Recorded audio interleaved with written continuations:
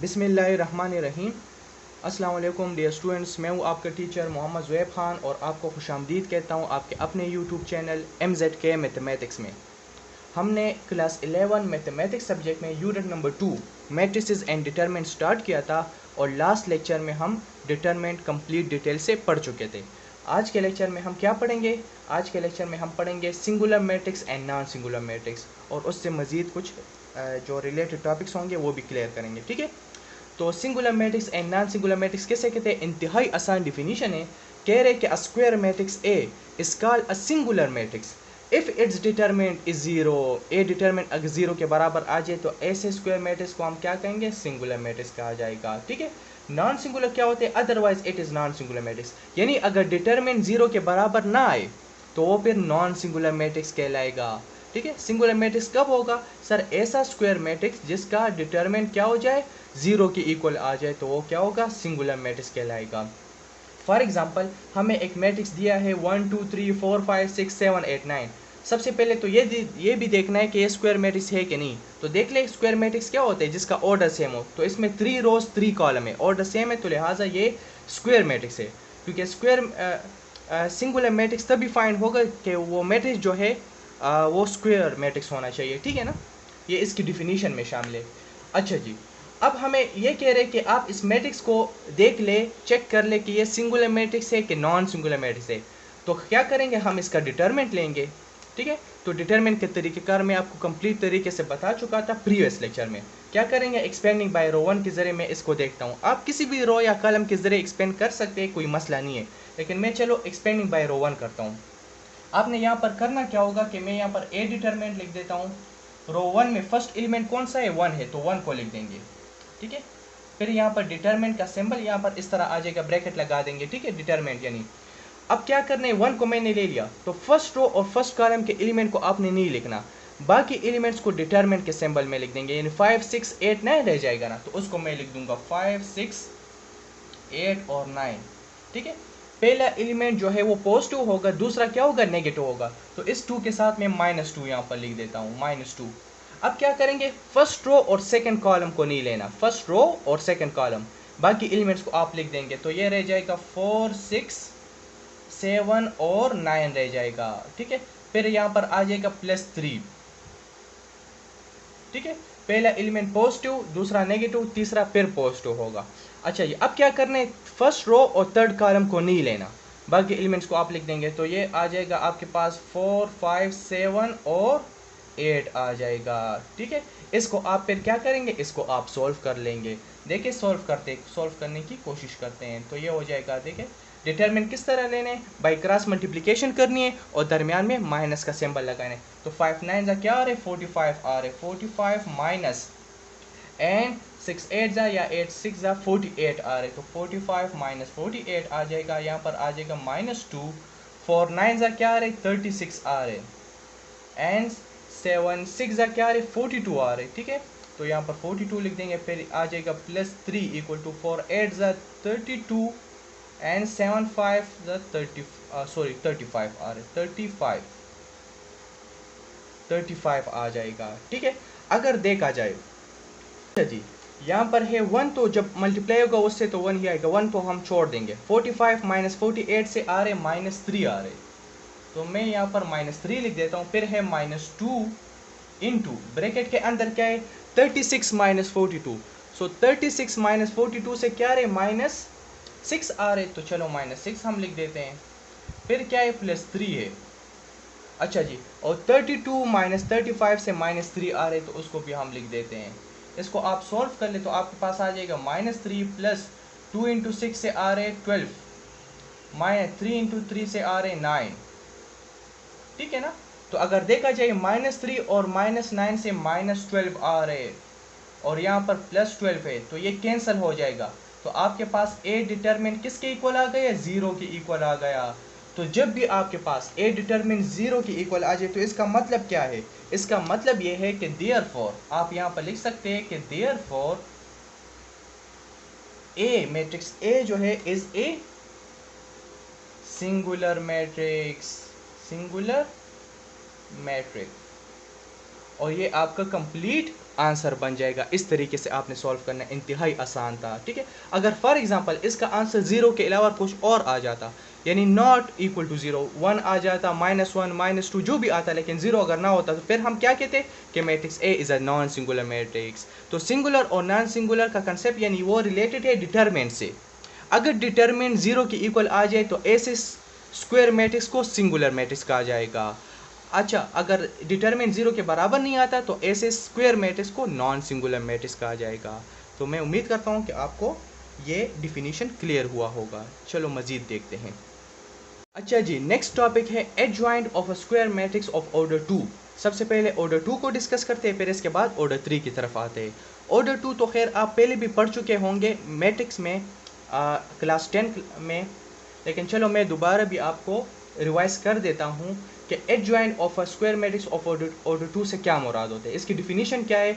The adjoint of a square matrix ए, आपको एक matrix given होगा, 2x2 मैट्रिक्स होगा, ए बी सी डी एक मैट्रिक्स है, इज डिनोटेड बाय। अच्छा, एडजॉइंट को रिप्रेजेंट किया जाता है ए डी जे से। अगर मैट्रिक्स ए होगा तो यहाँ पर ए लिखेंगे, मैट्रिक्स बी होगा तो यहाँ पर एडजॉइंट ओ बी लिखा जाएगा। एंड डिफाइन एज, इसकी डिफिनीशन क्या है कि एडजॉइंट ऑफ ए, अगर आपको ये मैट्रिक्स गिवन है और आपसे कहा जाए कि इसका एडजॉइंट फाइंड कर ले, तो इसका मतलब ये है, इसका मतलब क्या है? इसका मतलब ये है कि ए और डी की पोजीशन को आपने चेंज करना है, इन दोनों को रिप्लेस कर लेना है। ए को डी से चेंज करने और डी को ए से, यानी ए की जगह पर आपने डी लिखना होगा और डी की जगह पर आपने ए को लिखना होगा। इन दोनों को आप रिप्लेस कर लेंगे, ठीक है, इनकी जगह को चेंज कर लेंगे।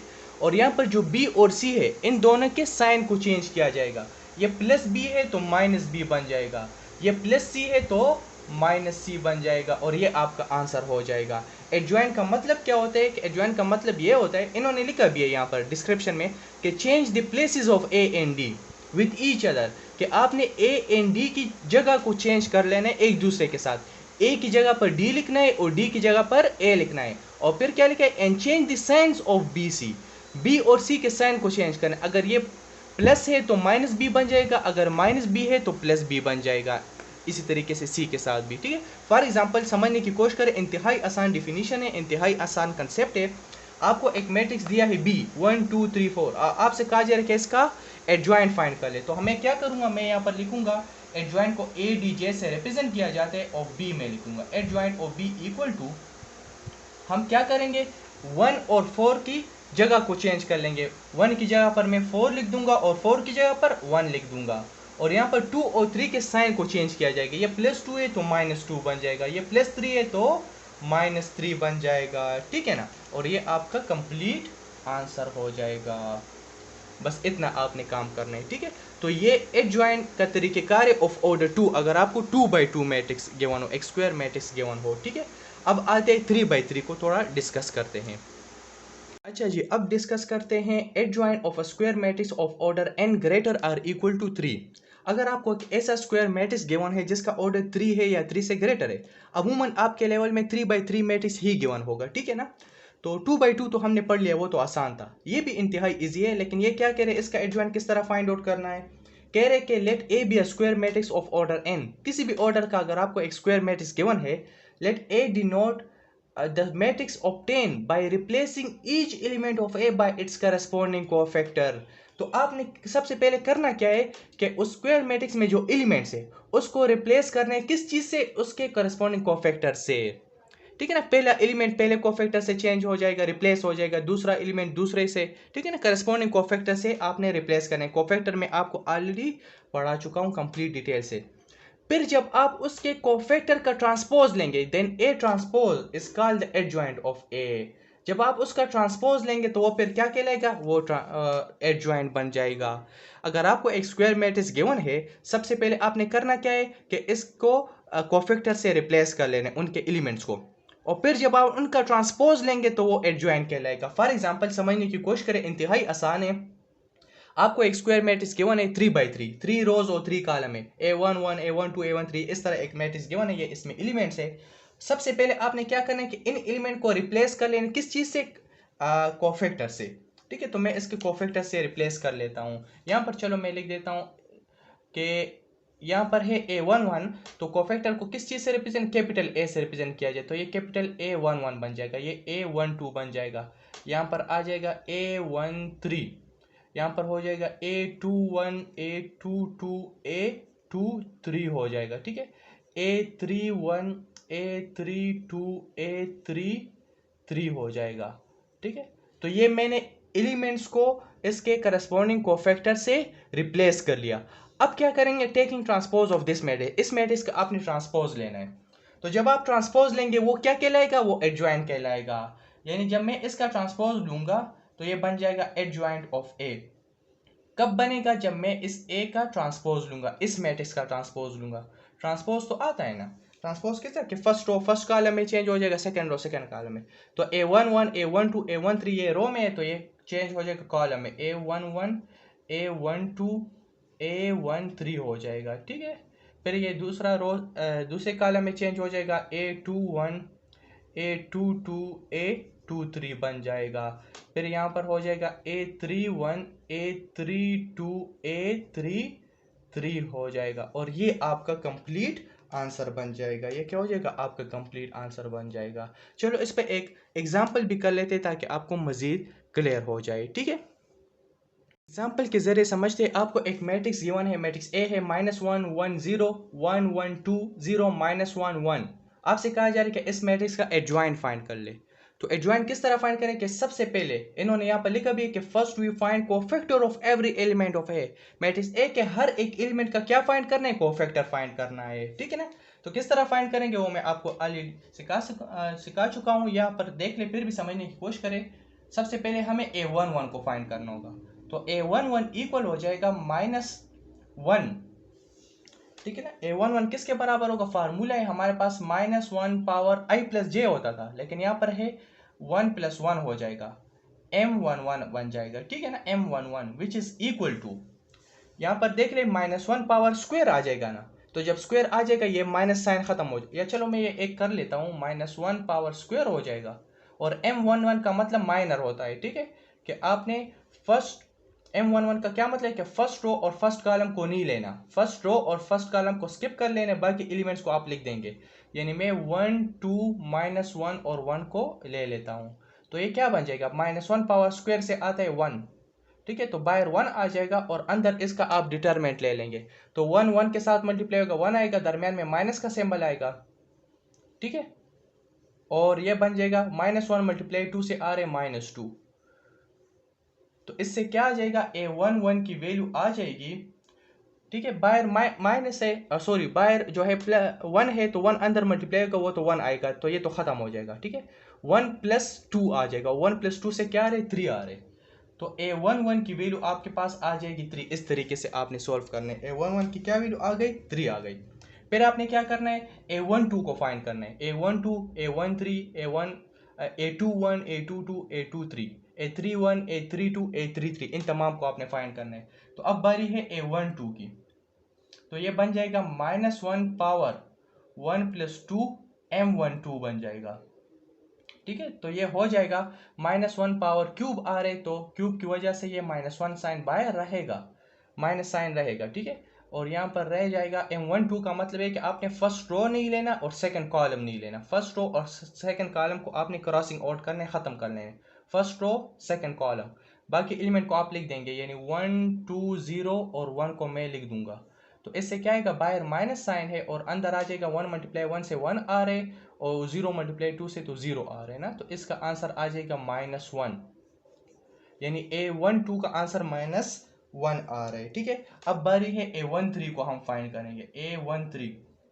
A13 का मतलब ये है कि -1 पावर 1 + 3 हो जाएगा, M13 आ जाएगा, ठीक है, M13। तो -1 पावर 4 आ रहे, तो जब पावर इवन हो तो ये माइनस खत्म हो जाता है, ठीक है। तो बस इसको लिखने की जरूरत नहीं, हम डायरेक्ट M13 को सॉल्व कर लेते हैं। M13 का मतलब ये है कि फर्स्ट रो नहीं लेना और थर्ड कॉलम, फर्स्ट रो और थर्ड कॉलम को नहीं लेना, बाकी एलिमेंट्स को आप लिख देंगे। 1 1 0 -1 को मैं यहाँ पर लिख दूंगा, ठीक है, समझ आ रही है। तो ये बन जाएगा 1 × -1 से -1 आ रहे -0, तो इसका आंसर आ जाएगा -1, ठीक है। अब बारी है A21 की, इस एलिमेंट का भी कोफैक्टर फाइंड करना है ना, तो A21 की बारी है। तो हम फाइंड कर लेते हैं A21। तो ये बन जाएगा -1 पावर 2 प्लस 1 M21 बन जाएगा। तो 2 प्लस 1 से आ रही क्यूब 3, तो जब पावर ओड आ जाए तो माइनस साइन रहेगा, तो यहाँ पर आ जाएगा माइनस। बाकी जो है हम M21 का मतलब ये है कि आपने सेकेंड रो नहीं लेना और first column, second row first column को नहीं लेना, बाकी एलिमेंट्स को आप लिख देंगे।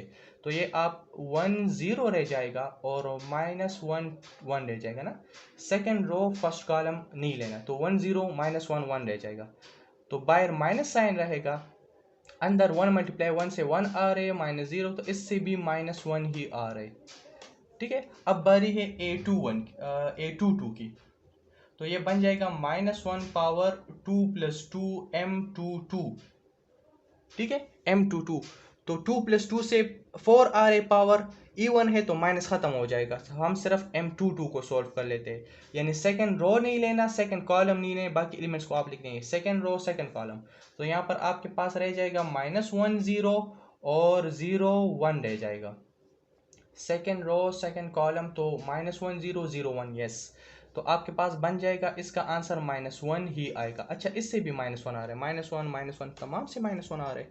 तो क्या रह गया, A23 रह गया, वो भी चलो हम सॉल्व कर लेते हैं। ठीक है, अच्छा जी, अब फाइंड करेंगे A23 को।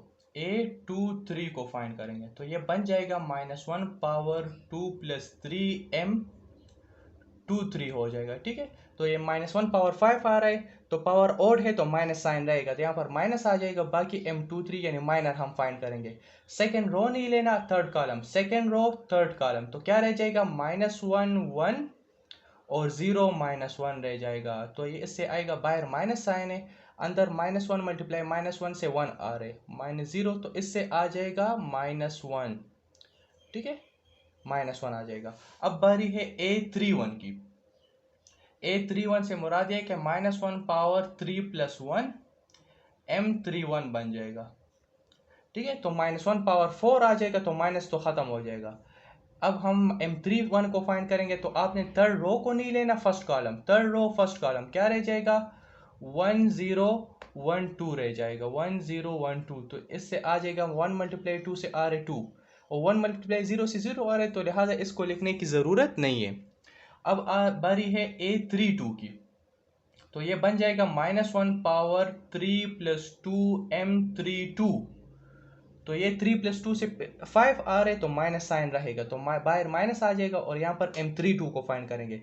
32 से मुराद के थर्ड रो को नहीं लेना, second column, third row second column नहीं लेना, तो क्या रह जाएगा -1 0 और 1 2 रह जाएगा, 1 2।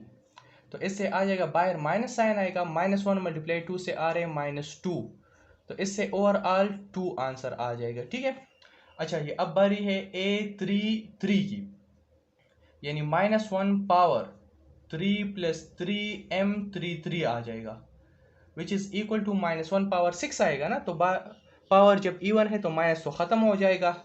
और M33 से क्या मुराद है कि थर्ड रो को नहीं लेना, third column, third row third column नहीं लेना, तो क्या रह जाएगा -1 1 और 1 1 रह जाएगा। तो इसको जब हम सोल्व करेंगे, -1 मल्टीप्लाई 1 से आ रहे हैं -1 और 1 मल्टीप्लाई 1 से आ जाएगा 1, तो इससे भी आपके पास -2 आ रहे। ठीक है, तो लिहाजा हमने तमाम एलिमेंट्स के कोफैक्टर को फाइंड आउट कर लिया है। तो इसको भी मैं चलो लिख देता हूँ। ठीक है, इसके बाद आपने क्या लिखना है, यानी तमाम कोफैक्टर तो आपने फाइंड आउट कर लिए, तो मैट्रिक्स ए के तमाम एलिमेंट को रिप्लेस करना है इसके कोफैक्टर से। तो ये बन जाएगा आपके पास क्या, यानी 1 की जगह पर ये A11 पोजीशन पर है ना, तो A11 के एलिमेंट कोफैक्टर को यानी आप लिख देंगे 3 लिख देंगे। A12 की वैल्यू है -1, A13 की वैल्यू है -1, देख ले। फिर A21 है, इसकी वैल्यू -1 -1 है। A31 है 2 2 -2 हो जाएगा, 2 2 और -2। A33 की वैल्यू -2 है। तो देख रहे तमाम एलिमेंट्स को मैंने रिप्लेस कर लिया इसके कोफैक्टर से। अब जब मैं इस कोफैक्टर यानी इस मैट्रिक्स का ट्रांसपोज लूंगा तो वो क्या कहलाएगा, एडजॉइंट कहलाएगा। कोफैक्टर वाले मैट्रिक्स का जब आप ट्रांसपोज लेंगे तो वो फिर बन जाता है एडजॉइंट। तो नो, तो ये इसको मैं लिख देता हूं क्या, एडजॉइंट ऑफ दिस मैट्रिक्स। ठीक है, या चलो इसको इस तरह कर लेते हैं, इसको हम ए का नाम दे देते हैं इस तरीके से। ये तो ए मैट्रिक्स है, इसको मैं इस सिंबल से रिप्रेजेंट कर देता हूँ। ठीक है ना, अब हम क्या करेंगे, एडजॉइंट इसका हम ट्रांसपोज ले लेते हैं, ए ट्रांसपोज। तो जब मैं इसका ट्रांसपोज लूँगा तो ये बेसिकली एडजॉइंट ऑफ ए कहलाएगा, एडजॉइंट ऑफ ए कहलाएगा, ठीक है ना। तो इसका ट्रांसपोज से क्या मुराद है कि फर्स्ट रो फर्स्ट कॉलम में चेंज हो जाएगा, 3 -1 हो जाएगा, minus second row second column में -1 हो जाएगा, थर्ड रो थर्ड कॉलम में 2 2 -2 आ जाएगा। तो ये जो है आपका क्या हो जाएगा, कंप्लीट आंसर बन जाएगा, ये आपका कंप्लीट आंसर बन जाएगा। तो इसमें सिर्फ एक स्टेप थोड़ा मुश्किल है, मुश्किल तो नहीं है, थोड़ा लेंथी है कि आपने कोफैक्टर को फाइंड करना है, बाकी इंतहाई आसान है। कोफैक्टर फाइंड कर लिया है, एलिमेंट्स को रिप्लेस करने कोफैक्टर से, जब इसका ट्रांसपोज लेंगे तो वो क्या कहलाएगा, वो एडजॉइंट कहलाएगा। तो इस तरीके से आपने इनको सॉल्व करना है, ठीक है जी। नेक्स्ट टॉपिक है हमारे पास inverse of a square matrix. अगर आपको एक स्क्वायर मैट्रिक्स गिवन हो और आपसे कहा जाए कि इसका इनवर्स फाइंड कर ले, तो किस तरह फाइंड करेंगे। तो ए इनवर्स हमारे पास बराबर होगा 1/a डिटरमिनेंट एडजॉइंट ऑफ ए, यानी उस स्क्वायर मैट्रिक्स का आपने डिटरमिनेंट भी फाइंड करना है, एडजॉइंट भी फाइंड करना है, फिर इनको सॉल्व करना है, तो आपके पास क्या आ जाएगा, इनवर्स आ जाएगा। लेकिन इस चीज़ का ख्याल रखना है कि ये जो डिटरमिनेंट है ये डिनोमिनेटर में, तो लिहाजा ए डिटरमिनेंट नॉट इक्वल टू 0 होना चाहिए। और आपसे और इससे एक और कंसेप्ट भी हमें क्लियर होता है कि अगर ए डिटरमिनेंट नॉट इक्वल टू 0 होते हैं तो उसको हम क्या कहते हैं, नॉन सिंगुलर मैट्रिक्स कहते हैं। तो लिहाजा वो स्क्वायर मैट्रिक्स नॉन सिंगुलर होना चाहिए। अगर सिंगुलर हुआ, अगर डिटरमिनेंट 0 के बराबर हुआ, तो फिर हम इनवर्स फाइंड आउट नहीं कर पाएंगे, क्योंकि बेसिकली ये जो ए डिटरमिनेंट है ये डिनोमिनेटर में, और डिनोमिनेटर में अगर 0 आ जाए तो ये फिर अनडिफाइंड केस बन जाएगा, ठीक है ना। तो इन्होंने इंतहाई इंपॉर्टेंट नोट भी लिखा है कि the inverse of a square matrix if it exist is unique. कह रहे कि स्क्वायर मैट्रिक्स का जो इनवर्स होता है वो यूनिक होता है, वो हर एक मैट्रिक्स का अलग होगा। If it if it exist, अगर वो एग्जिस्ट करता है, तो इससे मतलब ये हुआ इसका कि इनवर्स जरूरी नहीं कि हर एक मैट्रिक्स का इनवर्स होगा, एग्जिस्ट कर भी सकता है, नहीं भी कर सकता, ठीक है ना। इन्होंने यहाँ पर लिखा है सेकंड नंबर पर पॉइंट में कि if A is non singular then A has inverse. अगर एक स्क्वायर मैट्रिक्स जो है अगर वो नॉन सिंगुलर हुआ, यानी इसका डिटरमिनेंट नॉट इक्वल टू 0 हुआ, तब वो इसका इनवर्स आप फाइंड आउट कर सकते हैं, अदरवाइज फाइंड नहीं कर सकते। और अगर आप फाइंड करेंगे तो उसका इनवर्स जो है हमेशा क्या होगा, यूनिक होगा। थर्ड नंबर पॉइंट में क्या करें कि the concept of N inverse is defined for a square matrix only. आपको स्क्वायर मैट्रिसेस गिवन होंगे तभी आप उसका इनवर्स फाइंड आउट कर सकते हैं, यानी इसका ऑर्डर आपके पास सेम होना चाहिए, ठीक है।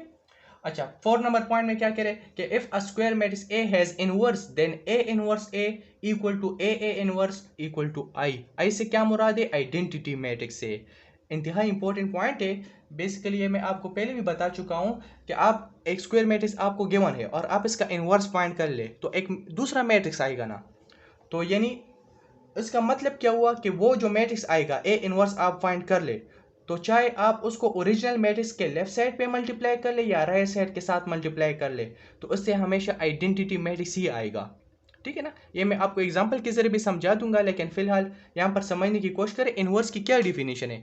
दो मैट्रिसेस आपस में मल्टीप्लाई होकर अगर उससे आइडेंटिटी आती है तो वो दोनों एक दूसरे के इनवर्स कहलाते हैं, ठीक है ना। आपको एक स्क्वायर मैट्रिक्स गिवन है और आपसे कहा जाए कि इसका इनवर्स फाइंड कर ले, और आप इसका इनवर्स फाइंड कर लेते तो इसको वेरीफाई किस तरह करेंगे, आपको पता किस तरह चलेगा कि सर मैंने जो ये मैट्रिक्स फाइंड किया है या जो इनवर्स फाइंड की ये ठीक भी है कि नहीं है, मैंने कैलकुलेशन ठीक की है कि नहीं की है। तो इसकी वेरिफिकेशन के लिए आप इस डिफिनीशन को अप्लाई कर सकते हैं कि वो जो मैट्रिक्स आपने फाइंड किया उसको ओरिजिनल मैट्रिक्स के साथ मल्टीप्लाई कर ले, चाहे लेफ्ट साइड से मल्टीप्लाई करना चाहते हैं चाहे राइट साइड से मल्टीप्लाई करना चाहते हैं, उससे हमेशा आइडेंटिटी मैट्रिक्स ही आएगा, यानी 1 और 0 होता है ना। आइडेंटिटी मैट्रिक्स किससे कहते हैं, जिसके डायगोनल में हमारे पास 1 हो, ठीक है, बाकी तमाम एलिमेंट 0 हो, तो वो आइडेंटिटी पे कहलाता है। तो इस तरह आइडेंटिटी मैट्रिक्स अगर आ जाए तो आप कहेंगे कि ये वेरीफाई हो गया है, ठीक है। अगर आइडेंटिटी नहीं आता तो फिर आपसे कैलकुलेशन में गलती हुई होगी, ठीक है। तो इनवर्स जब भी फाइंड करें तो इसका ये फार्मूला है 1 divide by A determinant adjoint of A. Determinant 0 नहीं होना चाहिए, यानी वो मैट्रिक्स नॉन सिंगुलर मैट्रिक्स होना चाहिए। इनवर्स यूनिक होता है, ये स्क्वायर मैट्रिक्स पर अप्लाई होता है, और इसकी वेरिफिकेशन भी आप कर सकते हैं। चलो इसको मैं एग्जांपल के जरिए आपको समझाता हूँ, ठीक है। अच्छा जी, आपको एक एग्जांपल दिया है कि लेट a इक्वल टू 1 -2 1 0 1 -2 -1 2 0।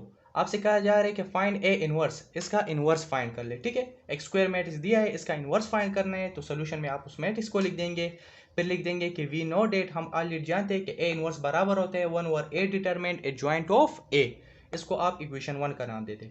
तो सबसे पहले आपने करना क्या है, अक्सर स्टूडेंट गलती करते हैं कि वो पहले एडजॉइंट को फाइंड कर लेते हैं। एडजॉइंट को फाइंड नहीं करना, सबसे पहले डिटरमिनेंट को क्या फाइंड करना है। क्या पता है इसका डिटरमिनेंट सिंगुलर मैट्रिक्स आ जाए, यानी इसका डिटरमिनेंट जीरो के इक्वल आ जाए।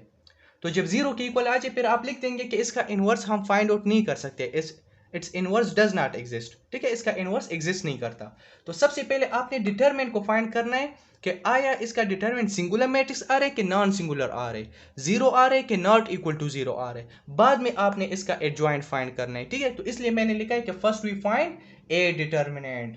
तो ए डिटरमिनेंट फाइंड करेंगे, किस तरह फाइंड करेंगे, ए डिटरमिनेंट आप लिख देंगे, तो ये बन जाएगा 1 माइनस 2 1 0 1 माइनस 2 माइनस 1 2 0। ठीक है, अब आपकी अपनी मर्जी है, किसी भी रो या कॉलम से इसको एक्सपेंड कर सकते हैं। चलो मैं यहाँ पर लिख देता हूँ कि एक्सपेंडिंग बाय रो 1, क्या लिख देता हूँ कि एक्सपेंडिंग बाय रो 1, रो 1 के जरिए इस मैट्रिक्स को हम एक्सपेंड कर लेते हैं। ठीक है, तो यहाँ पर मैं इसको एक्सपेंड कर लेता हूँ, तो ये बन जाएगा ए डिटरमिनेंट इक्वल टू, तो फर्स्ट रो में 1 है तो आपने फर्स्ट रो फर्स्ट कॉलम को नहीं लिखना, बाकी रह जाएगा 1 माइनस 2 2 0। सेकेंड जो एलिमेंट होते हैं उसके साथ नेगेटिव साइन लगाना है। ठीक है, तो एक नेगेटिव साइन फार्मूले का है और एक इस यहाँ पर जो एलिमेंट है वो -2 है, तो माइनस इंटू माइनस प्लस बन जाएगा, तो लिहाजा ये +2 बन जाएगा। बाकी समझ आ रही है ना। बाकी आपने क्या करना है, फर्स्ट रो और सेकेंड कॉलम को नहीं लिखना, क्या रह जाएगा 0 माइनस 2 और क्या रह जाएगा, फर्स्ट रो सेकंड कॉलम नहीं लिखना है तो 0 माइनस 2 -1 0 रह जाएगा, -1 0। अच्छा, थर्ड नंबर एलिमेंट जो है +1 है, चलो वो मैं नीचे लिख देता हूँ +1। आपने फर्स्ट रो थर्ड कॉलम को नहीं लिखना, क्या रह जाएगा 0 1 -1 2 0 1 -1 2 आ जाएगा। ठीक है, यानी आपने जब रो 1 के जरिए एक्सपेंड करना है तो पहला एलिमेंट पॉजिटिव लेना है, दूसरा नेगेटिव, तीसरा फिर पॉजिटिव लेना है। तो ये पॉजिटिव हो जाएगा, ये नेगेटिव हो जाएगा, लेकिन एक साइन, ये एक माइनस इधर भी है और एक वो फार्मूले का माइनस है ना, तो माइनस इंटू माइनस प्लस बन जाते हैं, इसलिए मैंने यहाँ पर +2 लिखा है। ठीक है, अच्छा जी, अब क्या करेंगे, तो ये बन जाएगा 1, तो बस बाहर अगर 1 हो तो इसको आप छोड़ दे, बस उसको लिखने की ज़रूरत नहीं, बाकी डिटरमिनेंट ले ले। तो ये बन जाएगा 1 मल्टीप्लाई 0 से 0 आ रहे, दरमियान में माइनस होता है, और 2 मल्टीप्लाई -2 से -4 आ रहे, -4 आ रहे ना, तो माइनस इंटू माइनस +4 आ जाएगा। तो मैं यहाँ पर डायरेक्ट, और 0 + 4 से 4 आ रहे, तो चलो मेरे पास स्पेस कम है तो बस इसका आंसर +4 आ जाएगा। फिर यहाँ पर है +2 इंटू 0 मल्टीप्लाई 0 से 0 आ रहे, -1 मल्टीप्लाई -2 से 2 आ रहे, तो ये हो जाएगा 2। ठीक है, +1 1 तो लिखने की ज़रूरत भी नहीं है, जब कोफिशिएंट में या बाहर 1 हो तो उसको लिखने की ज़रूरत नहीं है। तो क्या रह जाएगा, 0 मल्टीप्लाई 2 से 0 आ रहे, माइनस, और -1 मल्टीप्लाई 1 से -1 आ रहे, -1। ठीक है, तो ये बन जाएगा माइनस इंटू माइनस +1 बन जाएगा, तो लिहाजा मैं यहाँ पर डायरेक्ट चलो लिख देता हूँ +1, बस डायरेक्ट मैं लिख देता हूँ। ठीक है, तो ये बन जाएगा 4 और 2 और -2 से क्या आ रहे, -4 आ रहे, और +1 आ रहे, तो 4 के साथ कैंसिल, आपके पास ए डिटरमिनेंट का जो आंसर आ रहे वो 1 आ रहे, तो आप लिख देंगे कि which is not equal to 0, which is not equal to 0। A determinant आपके पास 1 आ गया जो कि 0 के बराबर नहीं है, तो इसका मतलब ये है कि हम इसका क्या कर सकते हैं, इनवर्स फाइंड कर सकते हैं, इनवर्स फाइंड आउट कर सकते हैं। अगर ये फॉर एग्जांपल 0 आ जाता तो आप लिख देते कि हम इसका इनवर्स फाइंड आउट नहीं कर सकते, it's inverse does not exist, तो लिहाजा इसका इनवर्स फाइंड कर सकते हैं। अब क्या करेंगे, एडजॉइंट को फाइंड करना होगा, एडजॉइंट को फाइंड करेंगे, फिर इसको इक्वेशन 1 में पुट करेंगे, आपके पास आंसर आ जाएगा। बात की समझ आ रही है। तो चलो अब हम क्या कर लेते हैं, एडजॉइंट फाइंड करते हैं। तो now we find adjoint of A, तो क्या करना है, आपने कोफैक्टर को फाइंड करना होगा, a11 a12, यानी आपने a33 तक पहुंचना होगा। ठीक है, तो a11 किस तरह फाइंड करेंगे, -1 पावर 1 + 1 m11 हो जाएगा, तो -1 पावर स्क्वायर है तो वो माइनस तो खत्म हो जाएगा, m11 का मतलब है कि फर्स्ट कॉलम को नहीं लेना, बाकी एलिमेंट्स को डिटरमिनेंट में लिख देंगे, 1 - 2 2 0 को। इसका जब आप डिटरमिनेंट लेंगे बाई क्रॉस मल्टीप्लिकेशन करेंगे ना, 2/2 मैट्रिक्स है तो डिटरमिनेंट तो आसान है, 1 मल्टीप्लाई 0 से 0 आ रहे, और 2 के साथ मल्टीप्लाई होकर +4 आएगा। ठीक है, तो लिहाजा ये बन जाएगा +4। अब बारी है A12 की, तो ये बन जाएगा -1 पावर 1 + 2 M12। तो -1 पावर क्यूब आ रहे, तो क्यूब की वजह से ये माइनस साइन बाहर रहेगा, ठीक है। और ये क्या बन जाएगा, M12 का मतलब है कि फर्स्ट रो को नहीं लेना, second column, first row second column को नहीं लेना, क्या रह जाएगा 0 - 2 -1 0, 0 - 2 -1 0 को हम लिख देंगे। तो इससे आपके पास आ जाएगा क्या, इससे क्या आ रहे हैं, माइनस बाहर है, 0 × 0 से 0 आ रहे, और -1 × -2 से 2 आ रहे। तो लिहाजा एक माइनस बाहर है एक अंदर है, तो इसका आंसर +2 आ जाएगा। तो A12 भी फाइंड हो गए, ठीक है। तो A13 किस तरह फाइंड करेंगे, -1 पावर 1 + 3 M13 हो जाएगा, M13। तो ये आ रहा है -1 पावर 4, तो पावर इवन है तो माइनस खत्म हो जाएगा, तो लिहाजा ये बन जाएगा M13 जो है फर्स्ट रो को नहीं लेना, थर्ड कॉलम क्या रह जाएगा 0 1 -1 2, इसको लिख देंगे 0 1 -1 2 को हम लिख देंगे। तो लिहाजा A13 का आंसर आपके पास आ जाएगा A13 का आंसर आ जाएगा 0 × 2 से तो 0 आ रहा है ना, एक माइनस फार्मूले का है, और -1 × 1 से -1 आ, चलो मैं इसको लिख देता हूँ 0 आ रहा है, एक माइनस फार्मूले का है, और -1 × 1 से -1 आ रहे हैं, तो लिहाजा इसका आंसर +1 आ जाएगा, ठीक है, +1 आ जाएगा। तो अब बारी है A21 की, अब A21 को फाइंड करेंगे। A21 किस तरह फाइंड करेंगे, -1 पावर 2 + 1 M21। तो ये बनेगा -1 पावर क्यूब है, तो लिहाजा माइनस साइन रहेगा, और 21 का मतलब है कि सेकंड रो को नहीं लेना, first column, second row first column को नहीं लेना, बाकी लिख देंगे -21 और 2 0 को हम लिख देंगे। तो लिहाजा A21 का आंसर आ जाएगा माइनस है, और -2 × 0 से 0 आ रहे, -2 1 2, तो इससे आ जाएगा -2 2 आ रहे। अब बारी है A22 की, तो ये बन जाएगा -1 पावर 2 + 2 M22। तो लिहाजा क्या करेंगे, -1 पावर 4 है, माइनस खत्म हो जाएगा, M22 से मुराद ये कि सेकंड रो को नहीं लेना, सेकंड कॉलम क्या रह जाएगा 1 1 -1 0, 1 1 -1 0 रह जाएगा। तो A22 का क्या आंसर आ रहा है, 1 × 0 से 0 आ रहे माइनस, और -1 × 1 से +1 आ जाएगा, तो इसका आंसर +1 हो जाएगा। अब बारी है A23 की, यानी -1 पावर 2 + 3 M23 हो जाएगा। तो माइनस साइन रहेगा क्योंकि पावर जो है ऑड है, 5 आ रहे ना, तो माइनस रहेगा। M23 से क्या मुराद है कि सेकंड रो थर्ड कॉलम को नहीं लेना, सेकंड रो थर्ड कॉलम, तो क्या रह जाएगा 1 -2 और -1 2 रह जाएगा, 1 -2 -1 2 रह जाएगा, ठीक है। तो इसको किस तरह सोल्व करना है, A23 का आंसर आ जाएगा, एक माइनस बाहर है, 1 × 2 से 2 आ रहे, माइनस -1 × -2 से 2 आ रहे। अच्छा जी, 2 - 2 तो ये तो 0 आ रहा है, इससे इसका आंसर आ जाएगा 0। अब बारी है किसकी, A31 की, A31 की, तो ये बन जाएगा -1 पावर 3 + 1 M31। तो 3 + 1 4 आ रहे, माइनस साइन खत्म हो जाएगा। M31 से क्या मुराद है, M31 से मुराद है कि थर्ड रो फर्स्ट कॉलम को नहीं लेना, तो -2 1 1 -2 रह जाएगा, -2 1 और 1 -2 रह जाएगा। इसको हमने सोल्व करना है, अगर नीचे मेरे पास स्पेस है तो मैं थोड़ा लिख देता हूँ, क्या -2 × -2 2 to the 4 आ रहे, 4 -1 से आ रहे 3, तो लिहाजा इसका आंसर आ जाएगा आपके पास 3। अच्छा क्या रहेगा, A32 और A33 रहेगा, इसको भी हम सोल्व कर लेते हैं। अच्छा जी, A31 तक हम पहुंच गए थे, A31 का आंसर 3 आ रहा था। अब बारी है A32 की, तो A32 किस तरह फाइंड करेंगे, -1 पावर 3 + 2 M32 बन जाएगा, तो -1 पावर 5 आ रहे, तो लिहाजा माइनस साइन रहेगा। 32 से मुराद ये है कि थर्ड रो सेकंड कॉलम नहीं लेना, थर्ड रो सेकंड कॉलम क्या रह जाएगा 1 1 0 -2, 1 1 0 -2 रह जाएगा, बाहर माइनस साइन आएगा, अंदर 1 × -2 से -2 आ रहे, और 0 तो मल्टीप्लाई होकर 0 आएगा, तो लिहाजा A32 का आंसर आ जाएगा +2, ठीक है। अब बारी है A33 की, तो A33 से मुराद -1 पावर 3 + 3 M33 हो जाएगा, ठीक है। तो -1 पावर 6 आ रहे, तो लिहाजा माइनस खत्म हो जाएगा। M33 से मुराद ये है कि थर्ड रो थर्ड कॉलम नहीं लेना, तो क्या रह जाएगा 1 -2 0 1 रह जाएगा, तो इससे आएगा 1 × 1 से 1 आ रहे, और 0 जब मल्टीप्लाई हो तो इससे 0 आएगा, तो लिहाजा उसको लिखने की जरूरत नहीं, तो आपके पास 1 आंसर ही आ जाएगा। तो हमने A32 को भी फाइंड कर लिया जो कि 2 के बराबर था, और A33 को भी फाइंड कर लिया है जो कि 1 के बराबर है, तो कोफैक्टर तो फाइंड आउट कर लिया है, ठीक है। तो अब क्या करना है, कोफैक्टर फाइंड हो गए, तो अब क्या करेंगे, दिस इंप्लाइज दैट इसको आप मैट्रिक्स में लिख दे।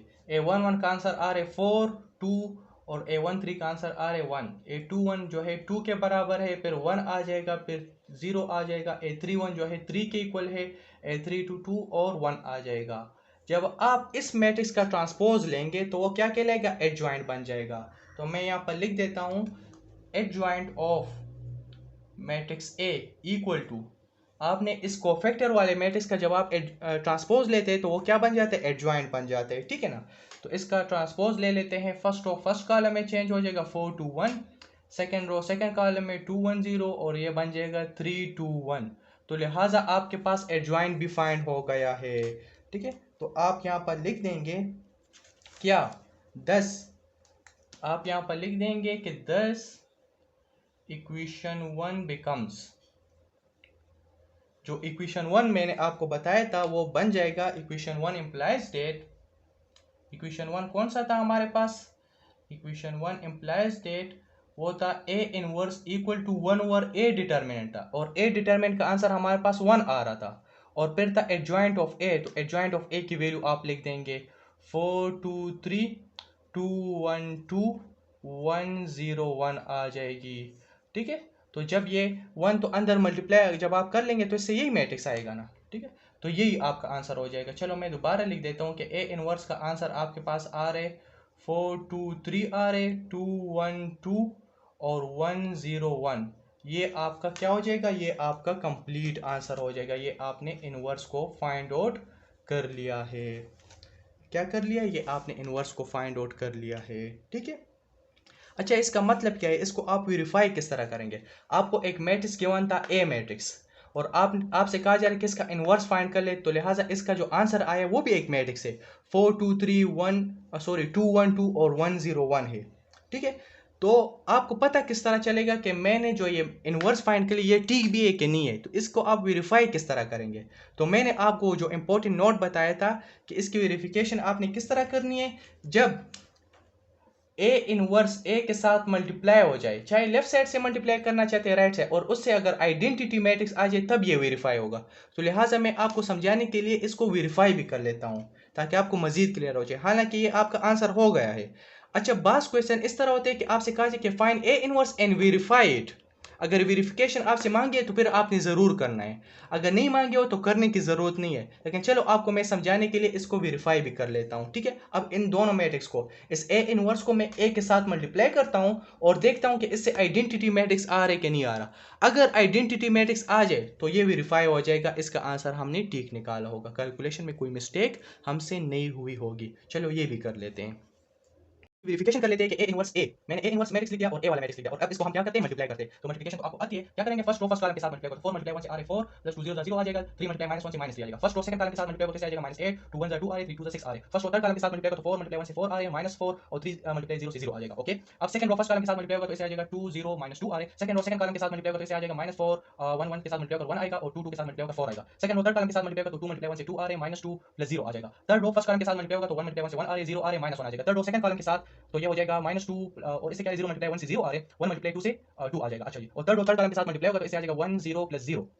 अच्छा जी, तो ये बन जाएगा 4 3 से आ रहे 1। अच्छा, इससे आ रहे -8 प्लस 2 से -6 आ रहे, -6 प्लस 6 से 0 आ जाएगा। 4 4 तो कैंसिल हो जाएगा, तो इससे भी 0 आ रहे, 2 2 कैंसिल होगा, 0 आ रहे। अच्छा, -4 प्लस 4 के साथ कैंसिल हो जाएगा, 1 रह जाएगा, और 2 2 से 0 आ रहे, 1 1 से 0 आ रहे, 2 2 से भी 0 आ रहे, और इससे आ रहे 1। तो ये कौन सा मैट्रिक्स आपको नजर आ रहा है, ये आइडेंटिटी मैट्रिक्स है ना, देख ले, प्रिंसिपल डायगोनल पे 1 1 है, बाकी तमाम एलिमेंट 0 है। तो लिहाजा ए इनवर्स ए से आपके पास आंसर आ रहा है, आइडेंटिटी मैट्रिक्स आ रहा है। ठीक है, तो इसका मतलब ये हुआ कि जो हमने ए इनवर्स निकाला था वो बिल्कुल ठीक था, तो ये वेरीफाई भी हो गया, वेरीफाइड। तो इस तरीके से आप वेरिफिकेशन कर सकते हैं, चाहे आप इस ए इनवर्स को लेफ्ट साइड से मल्टीप्लाई करना चाहिए या राइट साइड से, आइडेंटिटी मैट्रिक्स ही आएगा। ठीक है, तो ये मैंने आपको वेरीफाई भी कर दिया है। तो आज हमने सिंगुलर मैट्रिक्स पढ़ा, नॉन सिंगुलर मैट्रिक्स पढ़ा, एडजॉइंट पढ़ लिया, 2x2 मैट्रिक्स का, 3x3 मैट्रिक्स का एग्जाम्पल भी कर लिए, वेरिफिकेशन भी कर ली। तो मैं उम्मीद करता हूँ कि आपको आज के लेक्चर की कंप्लीट समझ आ गई होगी। फिर भी कोई क्वेश्चन हो, किसी स्टेप की समझ ना आई हो, किसी टॉपिक की समझ ना आई हो, तो बिल्कुल आप कमेंट सेक्शन में पूछ सकते हैं, मैं आपको ज़रूर रिप्लाई दूंगा। सो आज के लिए इतना काफ़ी है, फिर मुलाकात होगी नेक्स्ट लेक्चर में, तब तक के लिए wish you all the best, thank you, अस्सलाम वालेकुम।